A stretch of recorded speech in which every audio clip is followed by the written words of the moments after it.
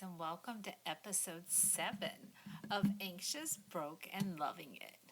Once again, we are actually filming today, or recording today, sorry, not filming, but we are actually recording today on September 13th, 2025, which is the 20th anniversary of Supernatural airing for the first time. So it's a special day for all of us, so I want to say happy anniversary to Supernatural and happy anniversary to our very special fandom. We're so lucky to have all found this wonderful show. Today's show, episode 6, is Con Besties, Con Families, and Con Breakups. Fandom isn't just about panels and photo ops, it's about the people you meet along the way. In this episode, we explore the friendships that become your chosen family, the bonds that lift you up, and the heartbreaks when relationships crumble. We'll share tips on finding your community, maintaining healthy connections, and bouncing back after fandom fallouts. Whether you're navigating a new friendship or mourning a lost one, this episode is a celebration of the people who make fandom feel like home. I'm Robin. This is Anxious, Broken, Loving It. I'm also the founder of Trash for J2 on Facebook, and I'm your Chaos Gremlin, and I'm excited to have you here. Last episode, we talked a little bit about con outfits and what makes you feel most comfortable, but today we're going to get a little more emotional whenever we're talking about fandom friendships. Con crushes that make your heart race, con besties that save your weekend, and con breakups. Yes, they happen and they hurt worse than you'd expect. So, what we're going to talk about is the fact that the people that you meet at these cons. It's so funny because we make friends online before we go to these cons. We join the Facebook groups, we see the different people. So we make some small connections to start with, but when we're actually at the con, we're able to make bigger connections. Some people find these connections harder to make, and they feel lost whenever they hear some of us talk about these connections that we make. And then they start to talk about how they haven't found those fandom friends and they haven't made those connections. And that's okay, because you don't make those connections right away. When I went to my first con, I was lucky enough that I was actually sitting next to someone that I knew previously from another fandom, believe it or not, which was actually very strange. I, we completely did not plan it, but we were actually friends before I joined the Supernatural fandom. She had already been a Supernatural fan. I was aware that she was a Supernatural fan, but we were both in the Elvis tribute artist fandom, and we followed similar Elvis tribute artists, and so we had become close friends through that. And then I was just lucky enough that at my first con, our tickets were oddly enough directly next to each other, which was very ironic and very strange. But I was lucky that I already had a friend. I already knew somebody in real life that was going to be there. Other than that, there were some people that I had seen on Facebook, that I had seen in the groups, that I recognized when I saw them, but I couldn't necessarily call them friends. I'm very much an introvert. It's hard for me a lot of times. In a lot of ways, I guess I'm an introverted. Would it be an introverted extrovert or an extroverted introvert? I'm one of those people that I keep to myself a lot, but I've worked in retail for over 30 years, so I have to have that outgoing kind of personality whenever I'm at work. I have to be very personable, and so I can turn it off and on whenever I need to. And it's very important to me that whenever I find my people and people that I am comfortable with, I do become very open. I become very talkative.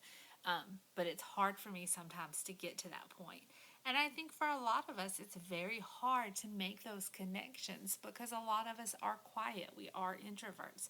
But just keep in mind that we are all there because we love this one show, and it's very important to us, and we all have that in common.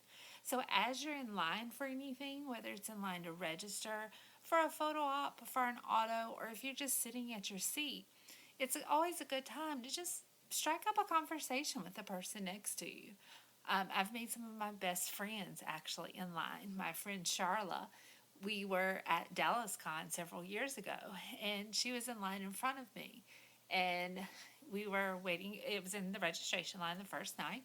And Charlotte was right there in front of me, and it was her first con, and she was getting a little overwhelmed by everything. So I took the opportunity to talk to her, and we talked about a few things, and I was able to calm her down a little bit. And like I said, now I consider her one of my absolute best friends. So I think it's very important to always seize those opportunities. Um, let's talk about some of the ways that you can make friends at cons. Again, in line. Keep in mind, we all have this show in common. When we are at these supernatural conventions, we are on an even playing field. What's going on in the world outside doesn't matter. We all love this show. We love Sam and Dean Winchester. We love Castiel. We love the show. We love the show about the brothers. We love the connection that we make with the show. So we all have that in common. And it doesn't matter what's going on outside in the world, because we all know that we have that in common. We all know that we can connect on that level, and we all know how special it is. You can make friends, like I said, in line, your seat partners, in between panels, not during panels. Please do not talk too much to your seat partners. But in between panels is a good time to talk to your seat partners, the people around you, whether they're next to you, in front of you, behind you. It's a good time to talk to people. In the vendor's room, as you're looking at different vendors, you can talk to other people that are there.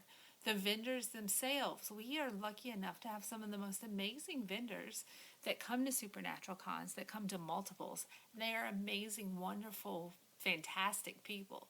Starting conversations with them is actually an excellent thing to do. I will say at my first con, other than the fact of Stacy, my friend that I knew previously, I didn't make any real strong connections that first con. So that's something that I've seen people talk about how they feel lost because they hear us talk about the connections and the people that we meet, and they don't feel like they make those connections. And that's okay, because you don't always make those connections right away. My first con, I didn't come away with any new best friends. I met some people. I made some new Facebook friends. I talked to some people, but I didn't make any new best friends that first con. I met some people that I still talk to, that I'm still friends with, and that I was lucky enough to meet, but it was very overwhelming. And so I didn't necessarily have that moment where I was like, oh, this is my new best friend. So it's okay when we talk about making friends at these cons and we talk about becoming family at these cons. Some people worry that they're not doing it right because they don't feel like they've made those connections. It's okay. Just like we all con differently, we're all going to make those friend connections at different times, at different levels, and in different ways. So don't compare how you end up with friends versus what you hear other people talk about. So let's talk about some of the gems of con life, the besties. The people who do somehow just get you in the middle of chaos, long lines, and screaming fans. They're your lifelines when panels run late, your backup when merch is limited, and sometimes the only person who remembers your coffee order at 10 a.m. after a sleepless night. I would have to say I've made several con besties. I've got several strong con friends. I would say that my strongest con bestie, I actually met at the Nashville Radio Company concert at, oh gosh, oh my goodness, I'm drawing a complete blank and I feel awful because I know it. Analog. I'm so sorry. But Radio Company, when they had their first concert at Analog in Nashville, that concert was quite. I had actually said that year that I was not going to go to Nashville Con. I decided to cut it off my list. But then Radio Company announced that they were going to have a concert. This was going to be their first concert. Well, Robin was not going to miss Radio Company's first concert. So what I decided, I saw how many people were planning on going, and I saw how small the venue was. So I knew that absolutely everybody that was planning on getting a ticket was not going to be able to get a ticket. So I said, okay, here's what I'm going to do. I'm going to see, what happens first. If I can get a ticket to this concert, then it's meant for me to go to this con. I was working that day when tickets went on sale, and I did tell them, okay, I'm going to disappear for just a little bit because this is something I've got to do. I'm going to disappear, and when I come back, if I'm not automatically excited and I don't automatically tell you all these great things, then just ignore me and assume I didn't get it and don't say anything about it because I don't want to start crying. So, right before tickets were supposed to go on sale, I stepped aside into a little room, and of course, the website crashed whenever tickets went on sale. I kept refreshing, was not able to get in. Sent the link to my mom, told her to try it as well. Finally, I got lucky. There were multiple levels of tickets. We had not been told what the prices were going to be beforehand. So I think for some people, they got sticker shock when they went in. My game plan going in was whatever they were charging, I was willing to pay because I am that kid. I chose to get the best available ticket. I was buying one ticket, and I was lucky enough to get not the highest level seat, but I did get a seated ticket, which I was very pleased with. I was happy. And the night of the concert, they actually escorted me to my seat, and I almost died because it was a perfect seat. If you've watched my YouTube videos or seen any of my pictures from that night, you will know how perfect that seat was. I'll be glad to post links and pictures to that on the Facebook page for everybody that hasn't seen those already at this point. But it was absolutely a perfect seat. I was completely overwhelmed. We were sat at tables. I did not know anybody that was at my table. Again, this was still early in the fandom for me, so I didn't know a lot of people. But I was lucky enough that the person next to me, we were talking, and she had been to Jib previously. So she was telling me a little bit about Jib. And she made a comment to me that immediately bonded us, that connected us, and that I told her, okay, you have to be really careful because that's not something you can say to just anybody in the fandom, but it works perfectly with me. And we immediately became best friends that night. By experiencing, we were lucky enough to experience that concert together. Her name is Kathy.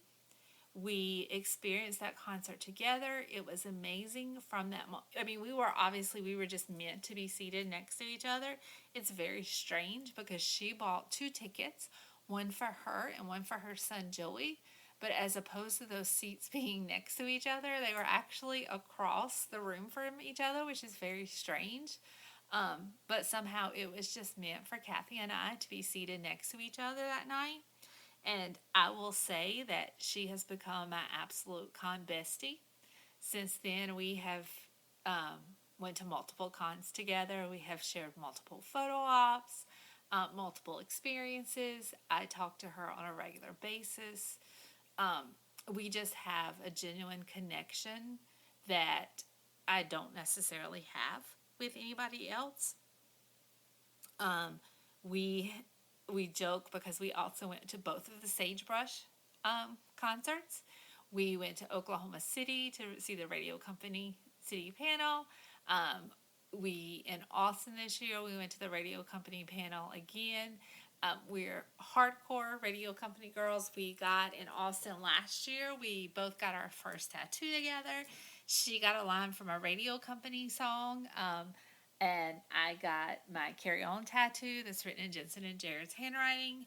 So it's really just a connection that I can't explain to anybody else. But with or without Supernatural, I will always consider her my family at this point. She's done a lot for me. We've done a lot together. We've been to Jib in Italy together at this point. She's really looked out for me for that. So it was really meant for us to be next to each other that particular night at Analog and the radio company concert. I've also met several other con besties at this point. I mean, I don't want to list them all because there are so many people that I would leave out. But I've just made connections with so many people. Chantil was my first fandom friend. I considered her a fandom friend long before I ever went to cons. She and I met online. It was pre-COVID. Whenever we were in a Facebook group, and we seemed to agree on a lot of things. So I had sent her a friend request, and we became fandom friends. And then once I met her at cons, like, she is just a wonderful, genuine, fantastic human being, and I love her from the depths of my soul. She is someone that I completely trust. Um, she is someone that was a fandom friend for me before I ever started going to cons, and I consider her family.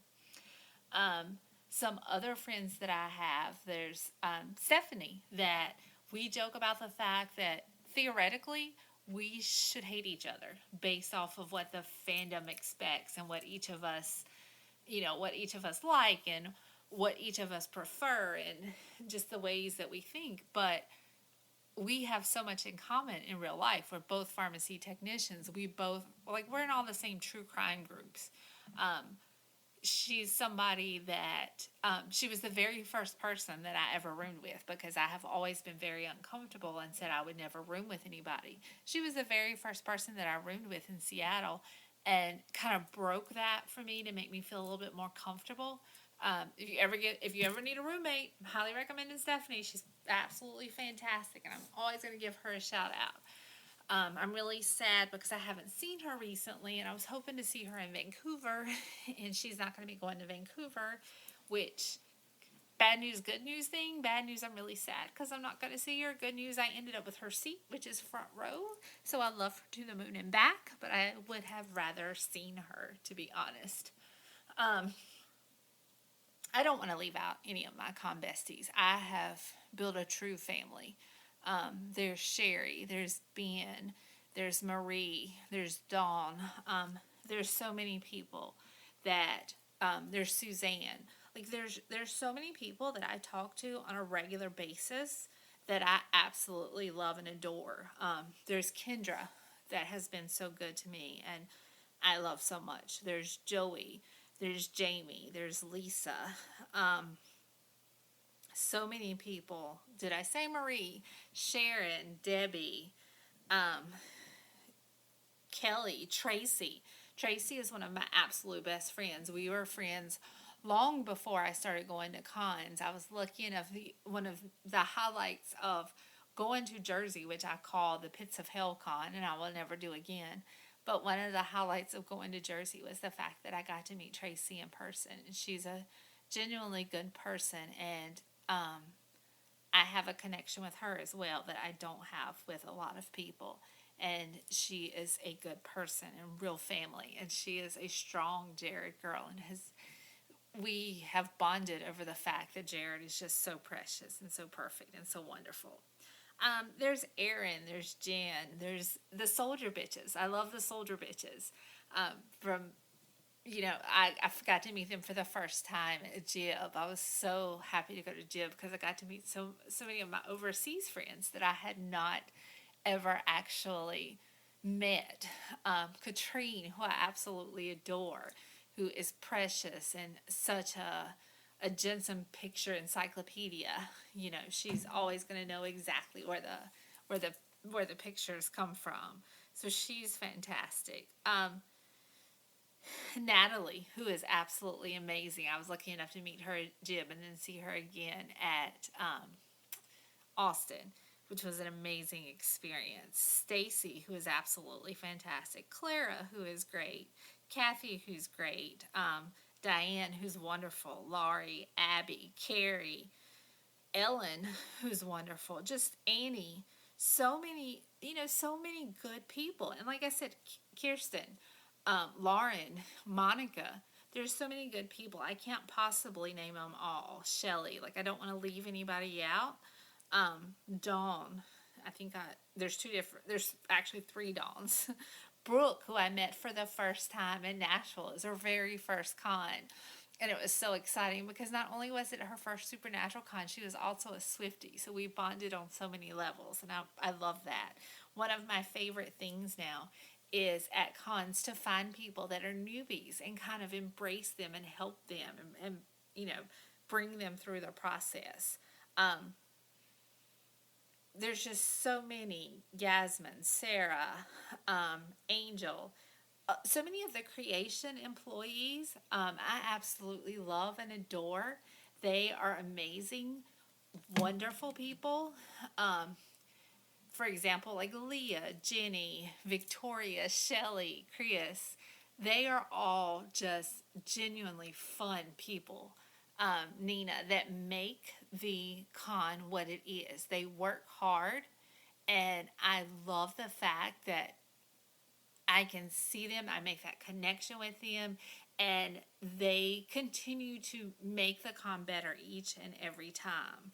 Teresa, Christine, like I said, like there's so many, Janine, there's so many people. I could never name them all.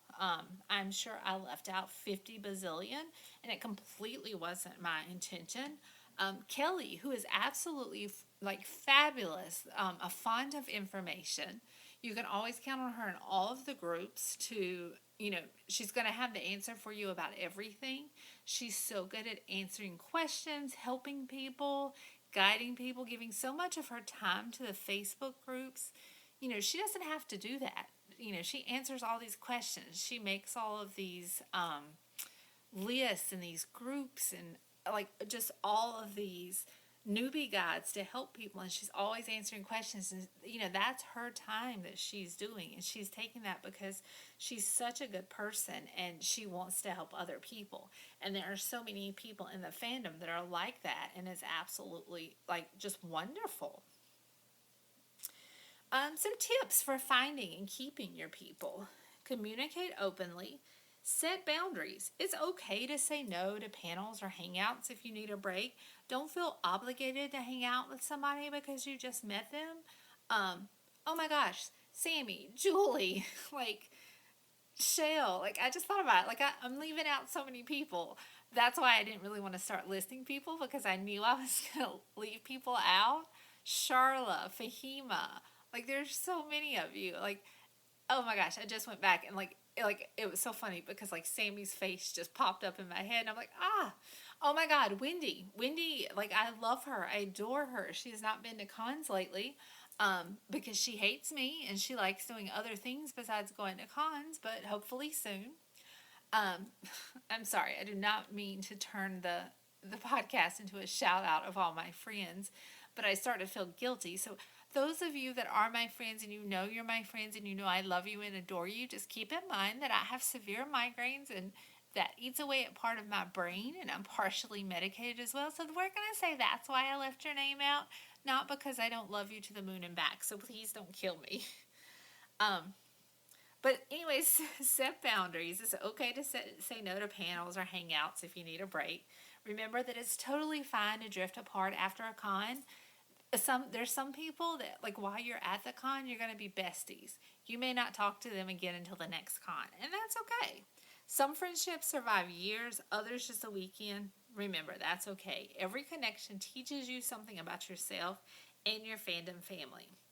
And bonus tip, even if a con bestie becomes a distant memory, the story, the laughs, and the little moments you shared, those stick forever. So even if you only have those moments in the con itself, even if you don't talk to them again after the con, you have those moments in that con. And I do have friends like that. Ones that I have sat next to that it was maybe their first con and they weren't going to go to a con after that. Maybe we did become Facebook friends, but really our only connection was that one particular con, and that's okay.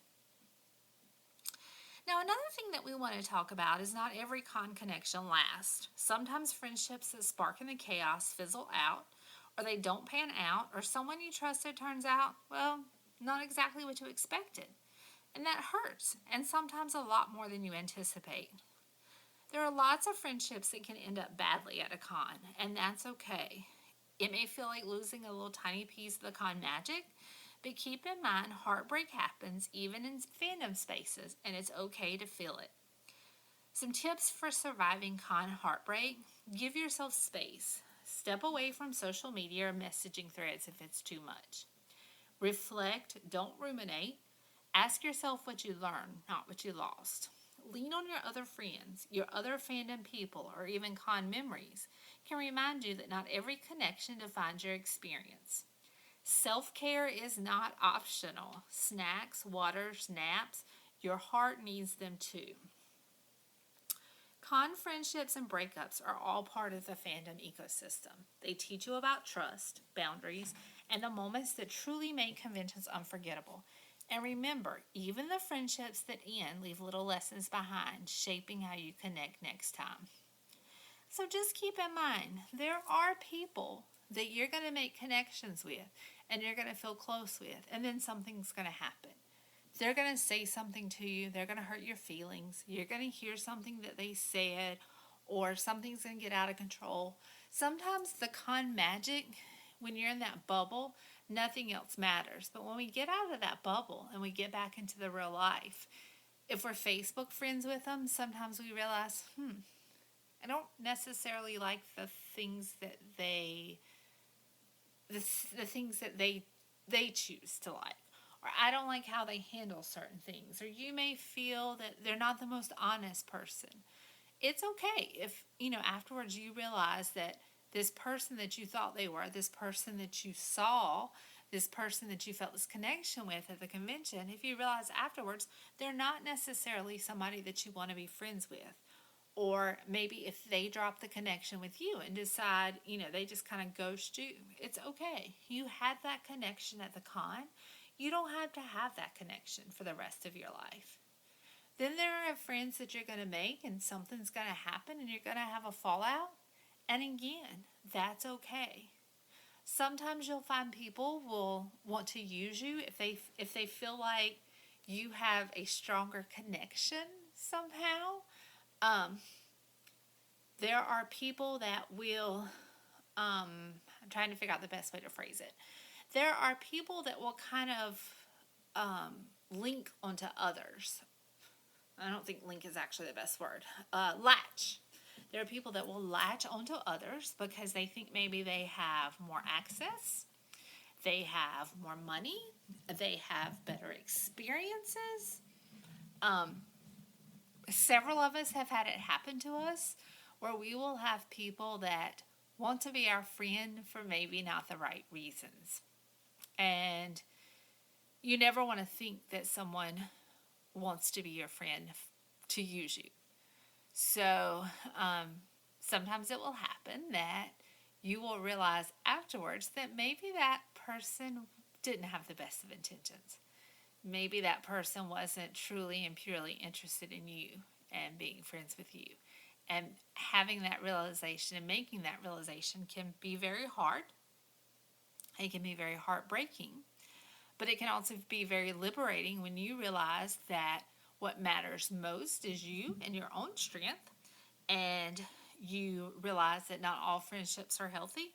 And you learn to set your own boundaries. There are friendships that will end badly, and that's okay. That's life. Sometimes you'll click instantly. You'll share snacks, photos, panel chaos, and then a small miscommunication can turn into days of silence.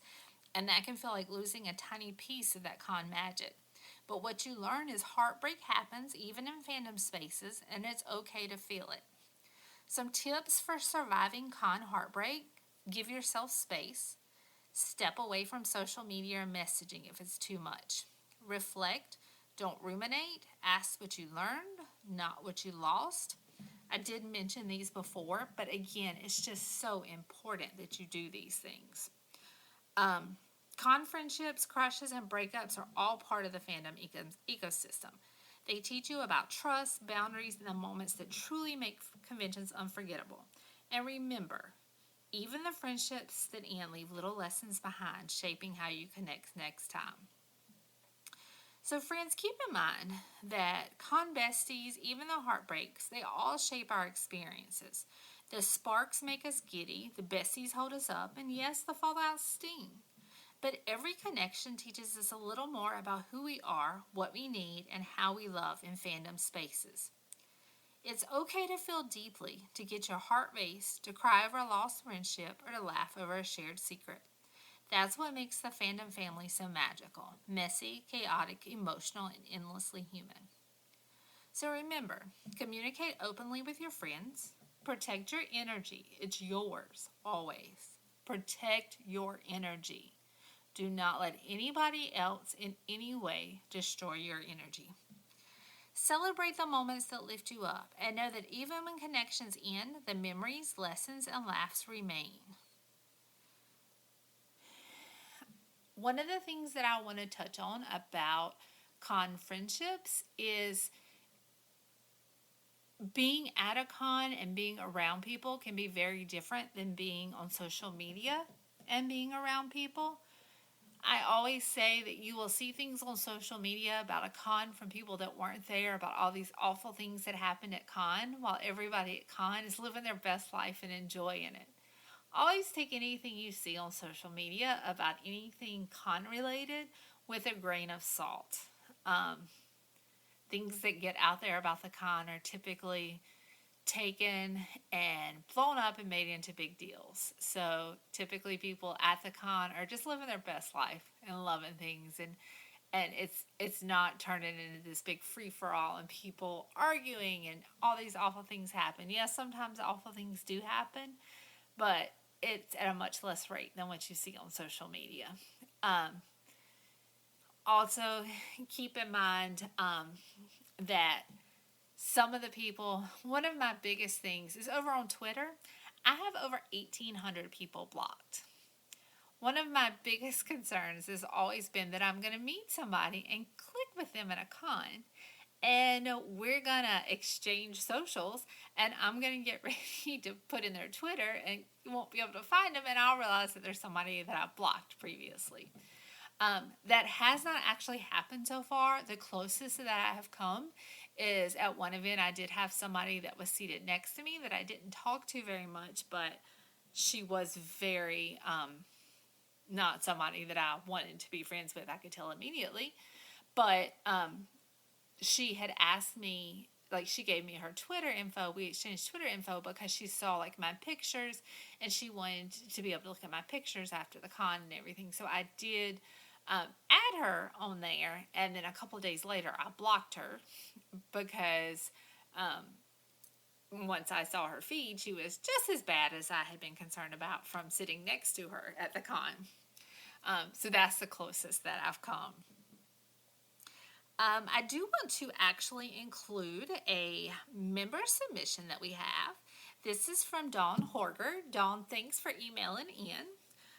She sent an email that says, "Hi Robin, here's my blurb about meeting friends along with some veteran advice.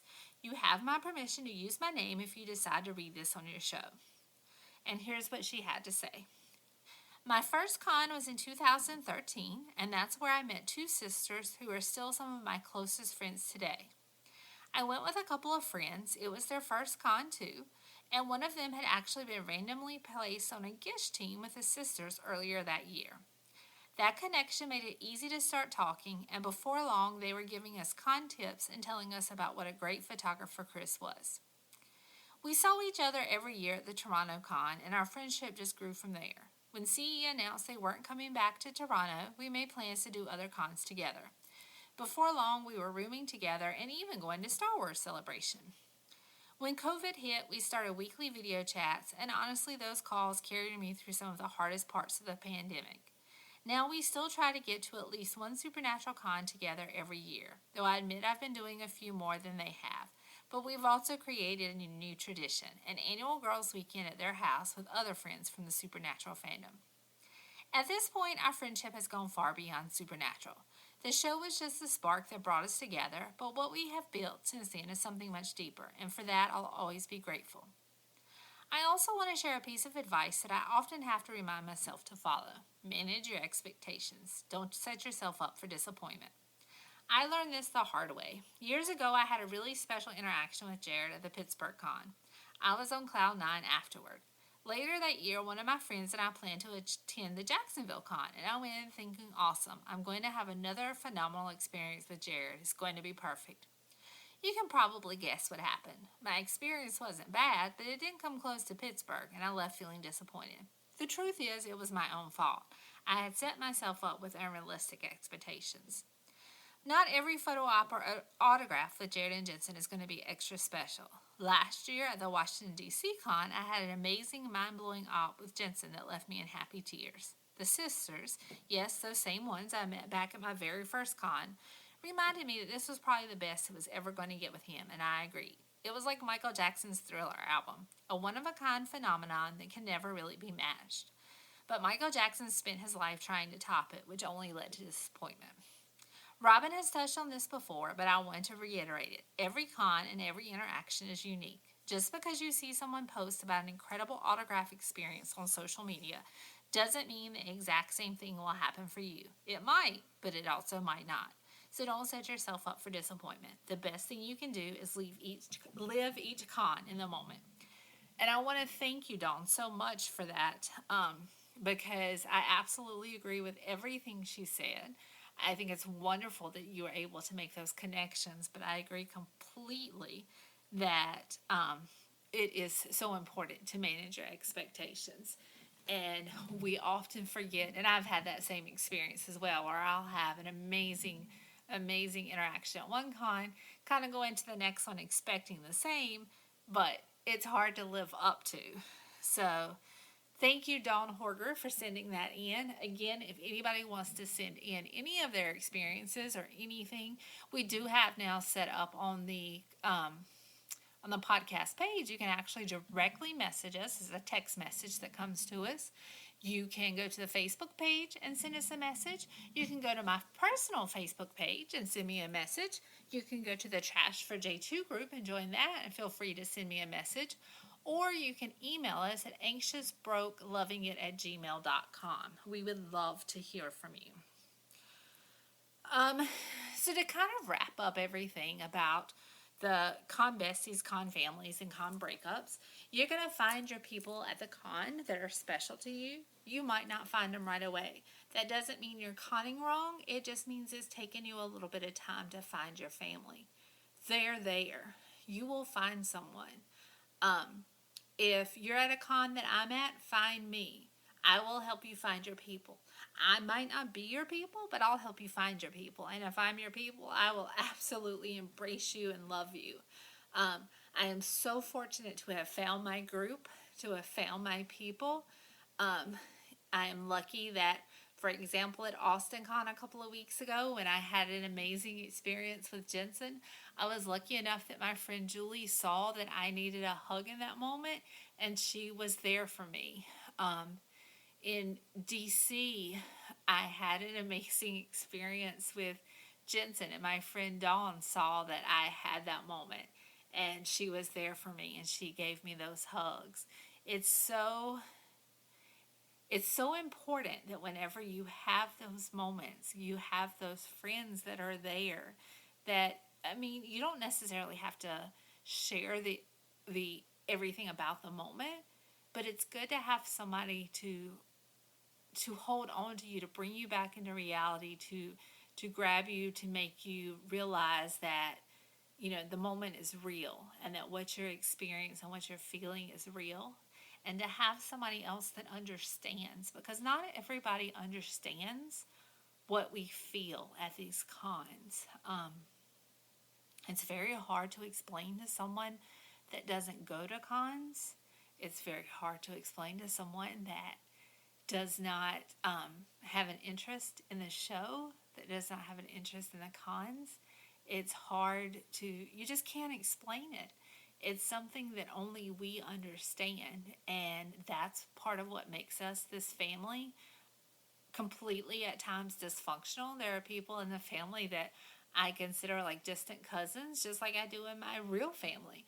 I may not be close with everyone, but I love them all because we have that connection, and I will defend and fight and kick and scream for my family. My supernatural family is very important to me. I love each and every one of them. We all have our different ways of how we con, how we live, how we choose to express ourselves. And again, that's so important, and that is so okay. Always remember to never yuck anyone's yum. Whatever makes somebody else happy, let them be happy. Never take away what makes somebody happy. Always remember that we are a family, and that each one of us, we are very lucky to not only have found each other, but to have found this fandom. And on this 20th anniversary, we have to remember that we are very lucky that the people that are on this show have given us 20 years of their life, not only in making the show, but doing these conventions, letting us be a part of their life, taking time away from their families, taking time away from their jobs, working till all hours of the night to fly to these conventions and spend hours with us, to take pictures, to be on, to smile, to interact, to do these things with no sleep, but to do it not just because they have to. Yes, they're getting paid, but it's not just for the money. It's truly because they want to do that. And we have to remember how lucky and how fortunate we are. This fandom is one of the luckiest fandoms that exist. 20 years. 20 years these boys have given us. Their life, their love, their connection. They have fought through sickness. They have fought through seeing just awful things. Jared and his mental health issues that he's gone through. They've just both fought through so much. And we're so fortunate. And the fact that they continue to come to these cons, they continue to give of themselves freely. We are very fortunate. And I think it's very important that we always remember that, and remember that it's not just the connections that we make with Jensen and Jared, it's the connections that we make with each other. And we're very lucky to have those connections all the way around. And the friendships, the family, the love that we have in that room, that's why it's so often that, for example, during Saturday Night Special, Rob will often talk about us being a family. Mark Shepard always talks about us being a family. These are people, like Rob Benedict had a stroke at a con. Mark Shepard had multiple heart attacks and died. These people still choose to spend their time with us. They consider us their family. They connect with us. And we should always not only appreciate that, but appreciate each other. So just as a reminder, fandom isn't just about panels and photo ops. It's about the people you meet along the way. Whether you're navigating a new friendship or mourning a lost one, this episode was a celebration of the people who make fandom feel home. So just remember, guys, communicate openly with your friends. Protect your energy. It's yours, always. Always protect that energy. Don't lose yourself and who you are. Celebrate the moments that lift you up. Don't let other people tear those down. Pick and choose what you share with others on social media. You can set yourself up sometimes for hurt and for people picking at things. And know that even when the connections end, the memories, lessons, and laughs remains. Guys, thank you so much for listening to Anxious, Broke, and Loving It in this episode of Con Besties, Con Families, and Con Breakups. If you love today's episode, send me a note or DM. I'd love to hear your Con Besties, Con Families, and Con Breakup stories. Remember, in fandom, you're never truly alone. And on that note, take care of your heart, hold on to the magic, and I'll see you till next time. Love you guys.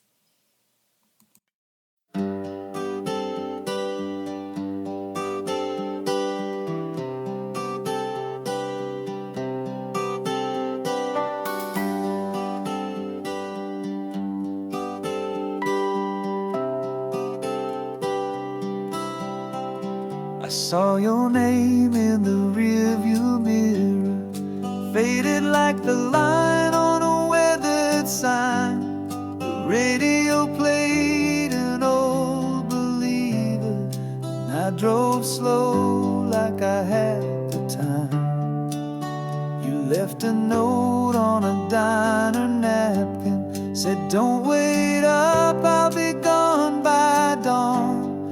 I took the long road past Abilene, still hum your voice when the lights come on. And I still chase the highway light, like it might lead me back to you. Every mile's a maybe, every sky's still blue. I've got an empty seat and an open sky, but your goodbye still rides beside. You always said you were born to wander, that love was just a roadside spark. But I was steady like Sunday morning. You were firework and I was dark. And I still chase the highway light, like it might lead me back to you. Every mile's a maybe, every sky's still blue. I've got an empty seat and an open sky, but your goodbye still rides beside.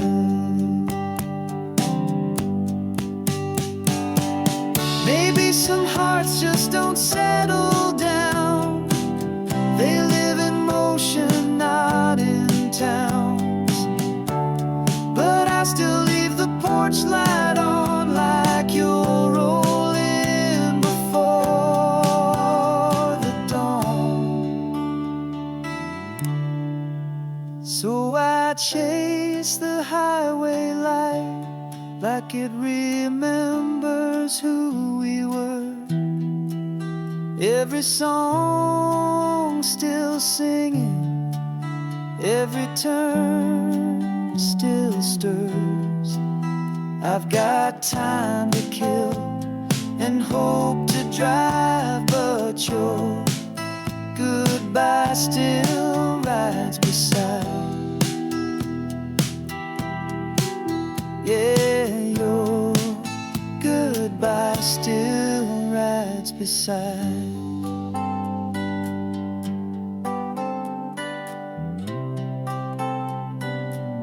Under this endless sky,